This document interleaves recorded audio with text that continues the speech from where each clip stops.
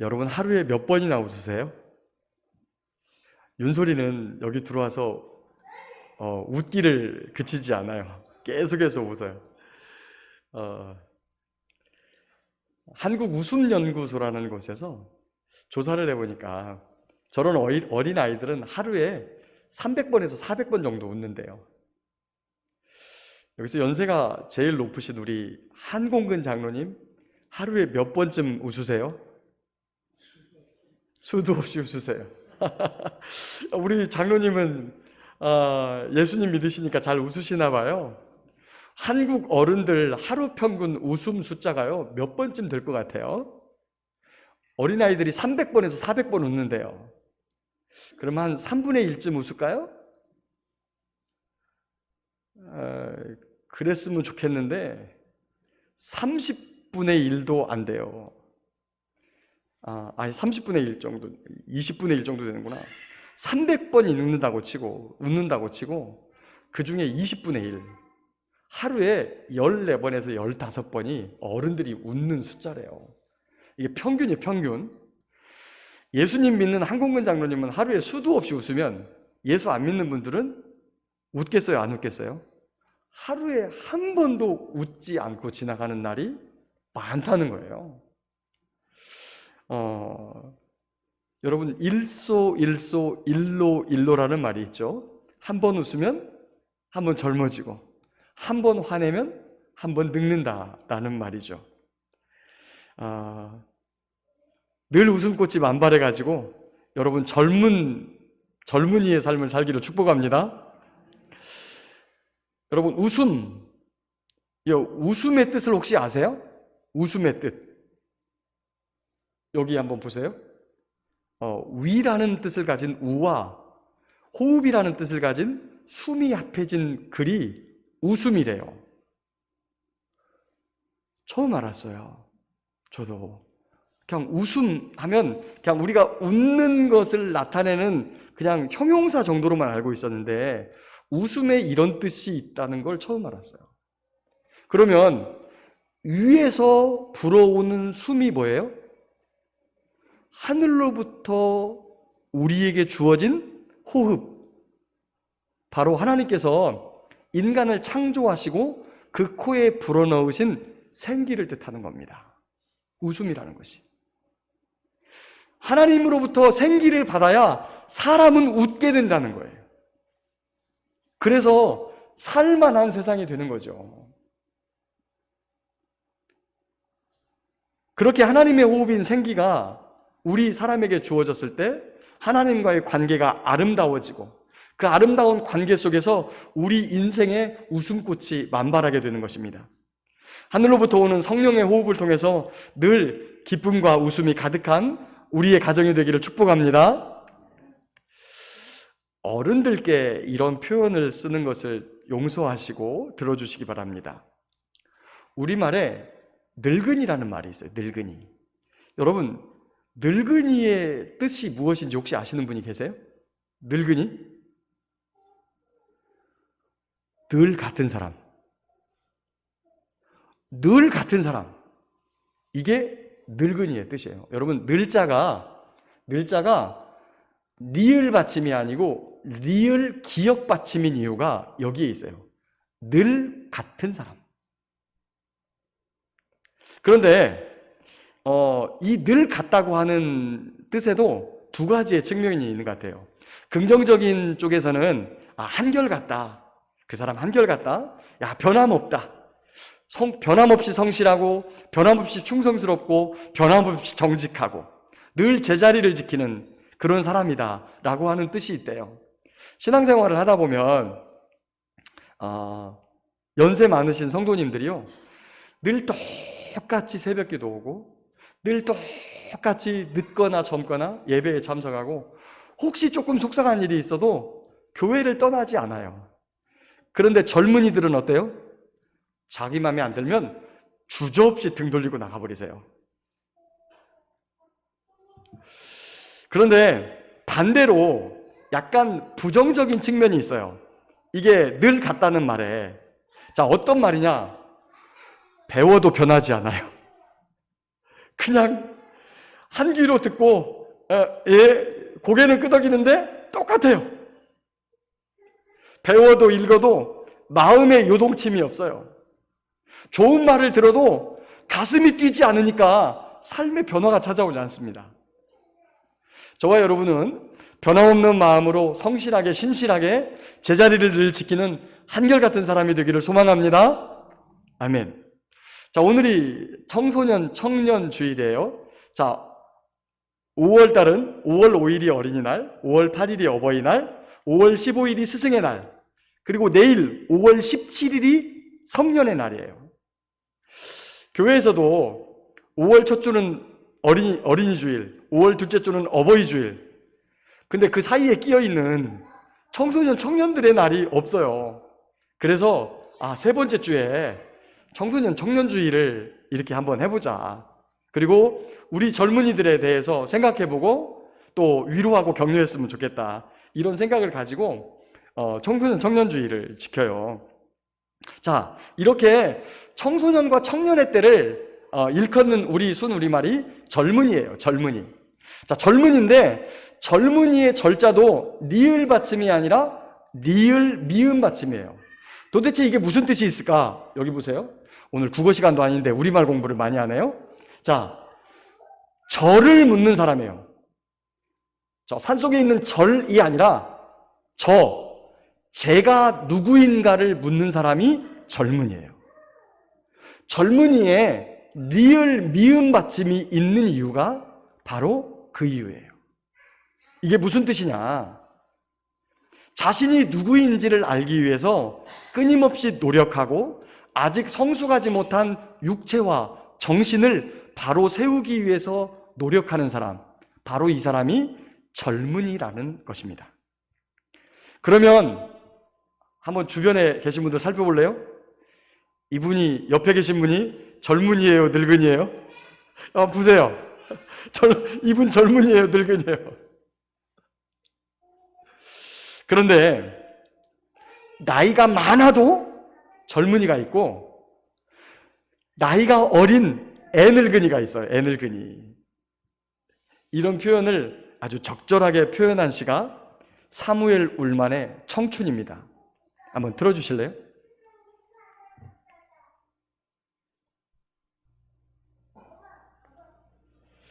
청춘이란 인생의 어떠한 시기가 아니라 어떤 마음가짐을 뜻하나니 장밋빛 볼, 붉은 입술, 강인한 육신을 뜻하지 않고 풍부한 상상력과 왕성한 감수성과 의지력과 그리고 인생의 깊은 샘에서 솟아나는 참신함을 뜻하나니 생활을 위한 소심성을 초월하는 용기, 안이함의 집착을 초월하는 모험심. 청춘이란 그 탁월한 정신력을 뜻하나니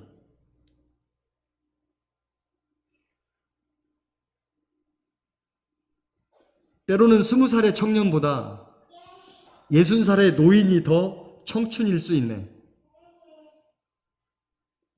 우리는 누구나 세월만으로 늙어가지 않고 이상을 잃어버릴 때 비로소 늙어가나니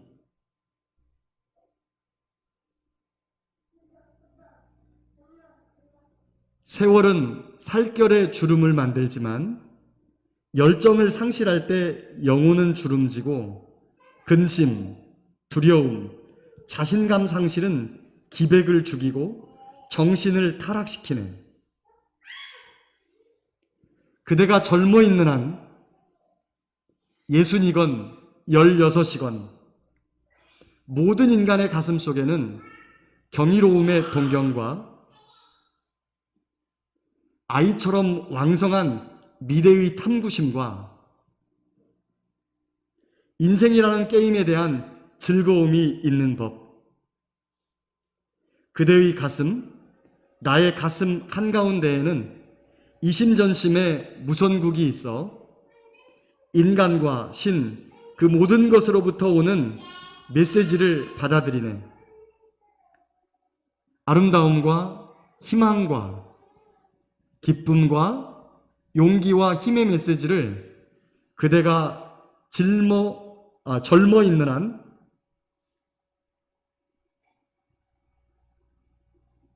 그대가 기계를 잃고 정신이 냉소주의 눈과 비관주의의 얼음으로 덮일 때 그대는 20살이라도 늙은이네.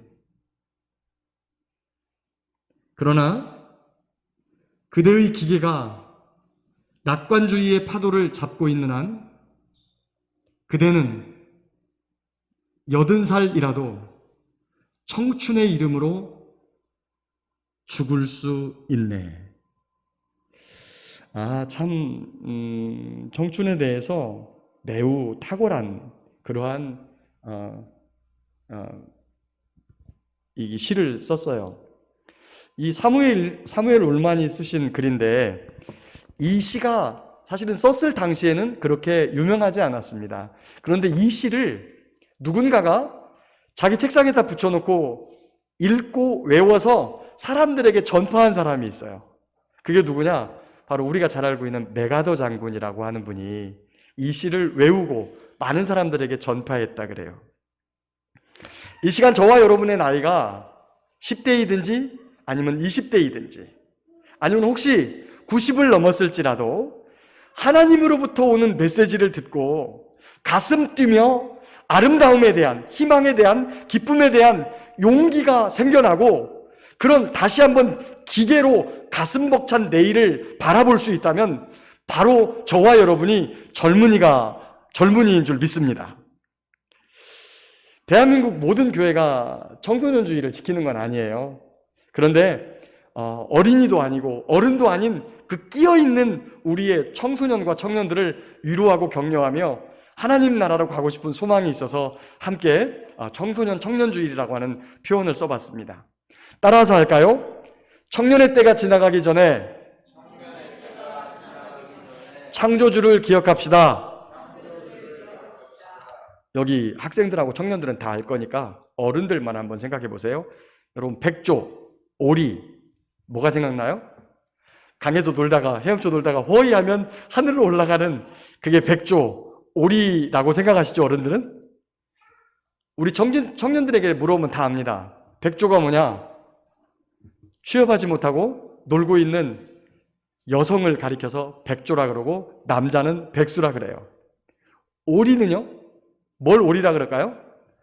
여러분, 이제 우리나라 대통령도 임기가 1년이 안 남았죠? 그러면 임기 말에 뭐가 생긴다 그래요? 레임덕. 레임덕이 뭡니까? 오리가 절고 뒤뚱뒤뚱 한다는 거예요. 잘 못 걸어가고. 얼마 남지 않은 임기 때문에 사람들이 따돌려 놓고 일을 제대로 못하게 한다라고 하는 뜻이 레임덕이에요. 이 오리가 무슨 뜻이냐면 아이들 사이에서 왕따 당하는 아이를 오리라 그래요. 옛날에 그 미운 오리 새끼 그것 때문에 생긴 말인데 아이들 사이에서 왕따를 당해가지고 아무것도 할 수 없는 이러한 상태의 사람을 오리라고 합니다. 청춘불패라는 책을 쓴 이회수 작가님의 책을 보면 이런 이야기가 나와요. 백조면 어떻고 오리면 어떠한가. 왜 이런 말을 썼냐면 현실에 희망을 품을 수 없는 이 젊은 세대들의 아픔을 달래주는 그러한 말이었어요. 책을 읽다 보면 앞에 어떤 말이 나오냐면 현실이 얼마나 어두우면 신문 한 켠에 몇 줄 실려있는 오늘의 운세를 보면서 오늘 좋은 일이 생길 수 있을 거야 라고 하는 희망을 품고 살아가는 세대가 이 세대라는 거예요. 그것뿐만이 아니에요. 얼마나 희망이 없으면 개인이, 한 사람이 일생 동안 번개를 2번 맞고도 살아날 확률, 2번 맞을 수도 없어요, 잘. 근데 그 번개 맞고 살아나는 사람은 더 희귀하거든요. 로또 복권 맞을 확률이 일생의 번개를 2번 맞고 살아날 확률이래요. 안 되는 줄 아는데 그거 붙잡고서 혹시나 하면서 일주일을 살아가는 행복을 느끼기 위해서 로또 복권 산다는 거예요. 얼마나 희망이 없으면. 이렇게 아픔을 겪고 있는 것이 이 세대의 젊은이들이에요. 그런데 그런 아픈 현실 속에서도 미래를 바라보면서 책을 가까이 하고 또 희망을 품고 열심히 공부하는 청년들도 있어요. 브라질 상파울로 메트로폴리탄 대학 졸업식장에서 있었던 일입니다. 이제 졸업식을 하는 도중에 사진 촬영 시간이 있었어요. 그래서 모두 다 졸업가운을 잘 입고 모자를 단정하게 쓰는 그 시간에 졸업가운을 확 벗어던진 한 학생이 있었습니다. 그 학생의 이름은 마세나예요. 그런데 졸업가운 안에 그녀가 입고 있던 것은 낡은 작업복이었습니다. 자기 옷이 아니라 청소부인 어머니의 옷이었죠. 청소부인 어머니, 가정이 불우해서 학교도 제대로 나오지 못하고 겨우 13살이 되어서 학업을 중단해야만 했던 이 어머니가 일평생 헌신해 가면서 자녀들을 기르고, 그래서 그 결과로 딸이 교육과를 졸업하는 대학 그 졸업식장에서 어머니에 대한 존경과 감사의 표시로 이 졸업가운 안에다가 작업복을 입고 있다가 사진 촬영을 할 때 가운을 벗고 내가 오늘 졸업하게 된 것은 내 어머니 덕분입니다 라고 고백했던 아주 감격적인 순간이었습니다. 현실에 대해서 불평을 하는 이유가 무엇일까요? 젊은이들이 내 능력보다 나를 대우해 주지 않는다는 것일 것입니다. 그런데 이렇게 불평과 불만이 가득한 이 세상 속에서도 자신을 낳아주고 길러주신 부모님께 감사하고 자신이 누구인지, 내가 무엇을 위해서 살아가야 하는지를 끊임없이 묻고 자신을 알아주지 않는 세상을 향해서도 겸손하게 허리를 숙이면서 살아가는 젊은이들이 있다고 하는 사실입니다. 오늘 본문 1절 보니까 너 창조주를 기억해라 라는 말씀이 있습니다. 그런데 언제 창조주를 기억하냐면 청년의 때에 창조주를 기억하라. 어떤 날이 오기 전에? 곤고한 날이 오기 전에, 아무 낙이 없다고 할 해들이 가깝기 전에. 여러분, 어르신들이 노년이 되면 아파요.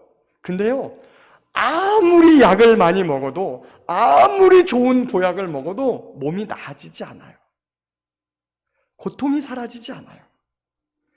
우리 젊은이들, 어제 우리 중학생, 고등학생, 그리고 청년들, 교사 선생님들 이렇게 되시는 분들과 어제 모여가지고 따로따로 입장해서 딴 자리에 앉아서 밥 먹고 왔어요. 각기 다른 자리에 앉아서 왔다 갔다 하면서 아는 척도 제대로 못하고. 근데 그 맛있는 음식을 앞두고도 우리 애들 눈이 다 어디 가 있어요? 휴대폰에 가 있어요. 그 시간에도 휴대폰 꺼내놓고. 근데 여기 연세 드신 우리 어른들 중에 집에 가보면 TV를 하루 종일 틀어놔도 저거 재미난 걸 모르겠다. 그냥 무료하고 아무 소리도 집에 안 나니까 그냥 TV를 그냥 켜놓고 있는 거예요. 그 목소리에, 노래소리에, 드라마 내용에 전혀 귀가 들리지 않고, 그 다음에 마음이 가지 않는데도 그냥 혼자 적적하시니까 틀어놓는 거예요. 그런 날들이 오기 전에, 찬란할 줄 알았던 미래가 이제 희망이라는 불씨가 보이지 않을 그날이 오기 전에, 거기 2절 뒤에 보면 비 뒤에 구름이 다시 일어나기 전에 라는 말이 있습니다. 오늘도 이제 비가 오는데요. 저희 나라는 지금이 이제 조금 지나면 장마가 옵니다. 그런데 이 이스라엘 지역은 지중해 날씨여가지고 겨울에 비가, 우기가 찾아오지요. 지중해 날씨여서 그곳은 비가 한번 쫙 뿌리고 간 다음에 그 다음에 햇빛이 짠 찌면 금방 물기가 말라버려요. 그래서 저희 나라처럼 이렇게 끄급한 이런 느낌이 비가 와도 거의 존재하지 않는데, 아니 비가 금방 우기어가지고 왔는데 또 구름이 일어나는 거예요. 이것은 인생의 고난이 계속해서 겹쳐서 다가오는 그러한 때를 말합니다. 특별히 연세 드신 어르신들 같은 경우는 자녀의 문제로 조용할 만하면 한 구석, 조용할 만하면 저 녀석, 가지 많은 나무 바람 잘 날 없다고 이곳저곳에서 터지는 그런 문제들이 참 고통스럽죠. 그런 것들을 뜻한 겁니다. 그런 날이 오기 전에 너의 창조주를 기억하라. 그리고 계속해서 이야기합니다. 3절부터 보면 그런 날에는 집을 지키는 자들이 떨 것이다. 여기서 집은 무엇이냐면 사람의 몸을 의미합니다. 사람의 몸을 의미하는데 노년에 몸을 지탱해 주었던, 많이 움직였던 것들이 떨어요. 손도 떨고 다리도 떨고 몸도 떨고, 또 힘 있는 자들이 구부러집니다. 우리 몸을 지탱하고 있는 힘 있는 것들 뭐죠? 척추, 그 다음에 다리, 이런 것들이 노년이 되면 다 구부러져요. 맷돌질 하는 자들이 적음으로 그칠 것이다. 요 맷돌질을 누가 합니까? 우리 몸에서? 치아가 합니다. 노년이 되면 치아가 다 빠지죠. 또 창들로 내다보는 자가 눈이죠. 눈이 어두워지고 길거리 문돌이 닫혀지고 맷돌 소리가 적어질 것이며, 식욕을 잃어서 입술을 열지도 않고, 또 맷돌 소리가 적어진다는 것은 평상시에 들었던 익숙했던 것들이 잘 안 들려요. 소리가 청각이 약해져서. 그 다음에 새의 소리로 말미암아 일어날 것이다. 연세 드시면 뭐가 없어지죠? 잠이 없어지죠. 또 우리는 어른들이 청력이 약해지고 눈이 어두워지기 때문에 되게 둔한 줄 알아요. 그런데 노년이 되면 민감해져요. 아주 민감해져요. 그리고 음악하는 여자들은 다 쇠해질 것이라는 건 우리의 목청이 약해진다는 거고요. 높은 곳 올라가는 거 두려워하십니다. 무섭죠. 놀라서 자빠지기도 하고. 12장 5절 그 중간에 살구나무가 꽃이 핀다는 이야기는, 여러분 살구나무 꽃이 무슨 색깔입니까? 우리 저기 윤솔 엄마가 오늘 옷을 입고 오셨는데 아주 약한 연분홍 색깔이에요. 약한 연분홍 색깔. 그러다가 꽃이 활짝 피면 어떻게 됩니까? 하얀색으로 바뀌면서 꽃이 떨어져요. 무엇을 뜻하는 것 같아요? 예, 머리 위에 서리가 내리는 것, 흰머리가 생기는 것을 이야기합니다. 메뚜기도 짐이 되죠. 우리 장로님 교회 오면서 성경책도 무거워가지고 이제 못 들고 다니겠대.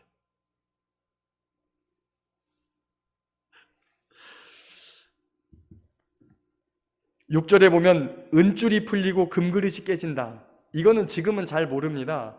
예전에 아주 부잣집에 가면 그 안에 실내를 밝히는 이 등잔이 금으로 돼 있고 그 금을 천정에다가 은줄로 매달아서 놨는데 이것도 시간이 지나가면 떨어진다.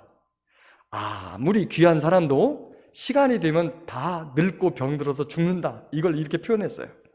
그 다음에 16장 그 중간부터 보면 항아리가 샘 곁에서 깨지고 바퀴가 우물 위에서 깨진다. 여러분 샘 곁에 항아리를 뭐 하려고 가져가요? 물 기르려고 가져가요. 자, 물을 지나갈 때 마차를 타고 가요. 물에 안 젖으려니까. 그런데 하필 샘 곁에서 항아리가 똥강 깨져요. 이게 무슨 말입니까? 바퀴가 우물에서 깨져요. 싣고 있던 짐 다 버리고 그리고 옷을 버리게 되고 낭패를 당하게 됩니다. 무슨 말이냐면 꼭 필요할 때 이게 깨져가지고 아쉬운 것처럼 지혜와 기술이 절정에 올라 있어서 그 사람 꼭 필요한데, 아니면 우리 가장들이 아이들을 한참 교육시키는 40대, 50대 이때 됐을 때 과로로 인한 급사하는 사람들이 꽤 많아요. 아빠가 진짜 필요한 나이에 아이들이 있는데 그 아이들을 돌보지 못하고 갑자기 죽음을 맞이하는 그러한 것들을 이렇게 표현하고 있습니다. 7절에 흙은 여전히 땅으로 돌아가고 해서, 여기 흙은 지금 저와 여러분들이 이 밭에 거름 뿌리고 고구마 이렇게 싹 심어 놓으면 가을이 되면 주렁주렁 열리는 좋은 흙이 아니에요. 이것은 마른 흙, 먼지. 하나님께서 창세기 1장을 보면 사람을 창조하시는데 흙으로 창조하시는데 그 흙이 뭐냐면 바로 아파르, 먼지, 티끌, 쓸모없는 흙이라는 거예요. 그게 땅으로 돌아간다는 것은 죽어서 묻힌다는 이야기죠. 그리고 영은 그것을 주신 하나님께로 돌아가기 전에 기억하라. 누구를 기억해요? 창조주를 기억하라는 것입니다. 창조주가 어떤 분이십니까? 저와 여러분이 성경에서 알고 있는, 성경을 보아 알고 있는 그 창조주는 선하신 분인 줄 믿습니다. 그분의 능력과 그분의 지혜, 그분의 사랑, 그분의 계획하신 모두가 선해요. 때때로 우리는 그 하나님 없이 내 힘으로 살 수 있을 거라고, 그 하나님 없이 나 혼자 이 세상에서 왕노릇 해볼 것이라고 두 주먹을 불끈 쥐고 이 땅에 태어나지만 우리는 그분이 없으면 살 수 없다는 것을 알아야 합니다. 그렇기 때문에 때때로 원치 않게 불현듯 우리의 삶에 찾아오는 고통과 아픔, 고난이 찾아올 때 그분의 선하심을 기대하고 그분 앞에 나아가 기도하지요. 창조주 하나님을 믿으면 우리의 마지막도 그분의 손에 있다는 것을 믿게 되기 때문입니다. 우리도 언젠가는 장로님처럼 허리가 굽어지고 몸을 지탱하는 척추와 뼈들이 힘을 잃을 때가 올 것입니다. 이가 빠져서 틀니해야 되고 임플란트 해야 되고 그것마저도 여의치 않은 때가 올 겁니다. 눈도 귀도 어두워져서 함께 사는 사람도 잘 알아보지 못하고 정신이 산란해져서 사람을 알아보지 못하는 그런 때가 있을 것입니다. 저기 성도님, 윤소리 그냥 놔두세요. 괜찮으니까. 괜찮아요? 괜찮아요. 그냥 놔두세요. 자유롭게 그냥 왔다 갔다 하도록. 그리고 여러분은 윤소리 신경 쓰지 마시고 저만 보세요. 우리도 언젠가는 그렇게 늙어서 아무것도 할 수 없는 때가 옵니다. 그러나 성경은 우리에게 뭐라고 말하나? 낙심하지 말라고 말합니다. 왜냐하면 창조주 하나님을 기억하고 그분을 믿는 사람은 육신, 겉사람은 낡아지지만 우리의 속사람은 날로 새로워지기 때문입니다. 우리는 늙어지지만 우리의 정신은, 우리의 소망은 젊은이가 되기 때문입니다. 곤고한 날이 오기 전에, 아무 소망이 없다고 하기 전에 창조주이시며 아버지이시며 우리의 구원자이신 예수님을 항상 기억하고 감사하며 살아가는 젊은이들이 다 될 수 있기를 예수님의 이름으로 축복합니다. 아멘. 두 번째 따라 하겠습니다. 청년의 때가 지나가기 전에, 다시 한번, 청년의 때가 지나가기 전에 말씀에 순종합시다. 자, 여기에 계신 여러분들 전부 다 제 말을 귀 기울여 듣고 마음속으로 한번 생각해 보십시오. 제가 질문을 하나 할 텐데, 자, 질문합니다. 여러분이 길을 가다가 모르는 곳에서 길을 잃었어요.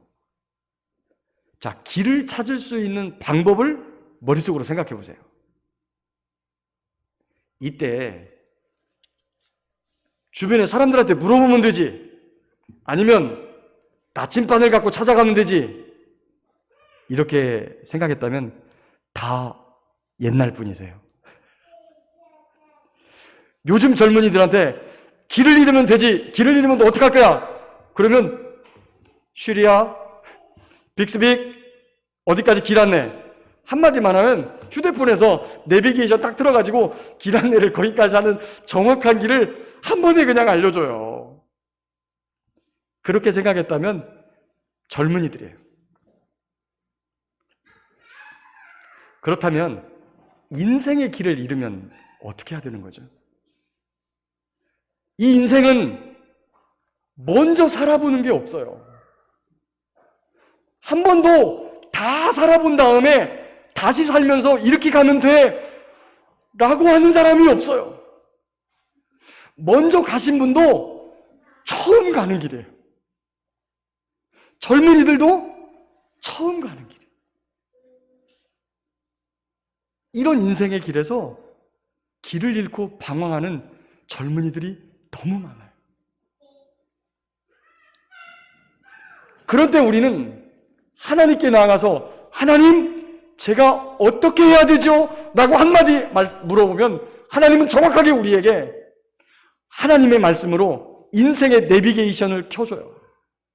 그 인생의 내비게이션이 무엇이냐? 바로 하나님의 말씀이죠. 시편 119편에 보니까 주의 말씀은 내 발의 등이요 내 길의 빛입니다. 이 말씀을 지금으로 하면 주의 말씀은 내 삶의 내비게이션입니다. 이 말이에요, 이 말.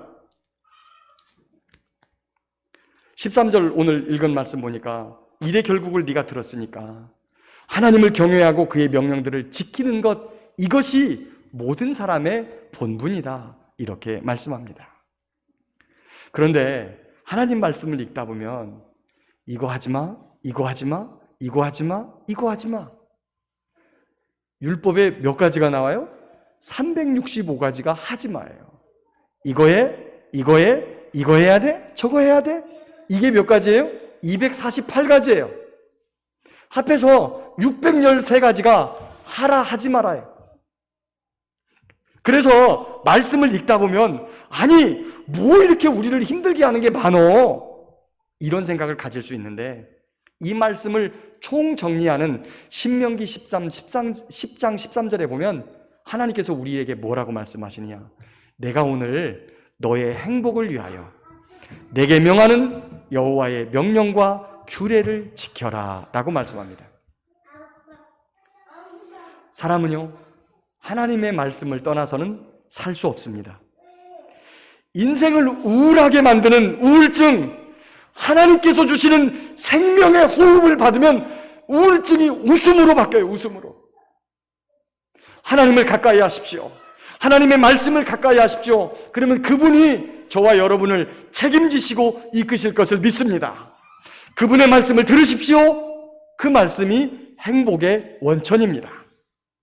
창조주 하나님을 기억하고 경외하고 그 말씀에 순종하여 하늘로부터 오는 그런 호흡으로 웃음과 기쁨이 가득한 젊은 날을 사는 저와 여러분들 되시길 축복합니다.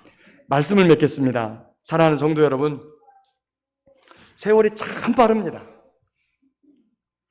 어려서는요, 하루가 그렇게 길었어요. 여러분 한번 생각해 보세요. 초등학교 이전에 6살, 7살 됐을 때 하루를 생각해 보면 얼마나 길었나 몰라요, 하루가. 근데 조금씩 빨라지기 시작해요. 조금씩 빨라지기 시작해요. 이제는 90이 된 우리 장로님은 휙휙휙 지나가는 사람들이 누군지도 분간이 안 될 정도로 세월이 빨라요.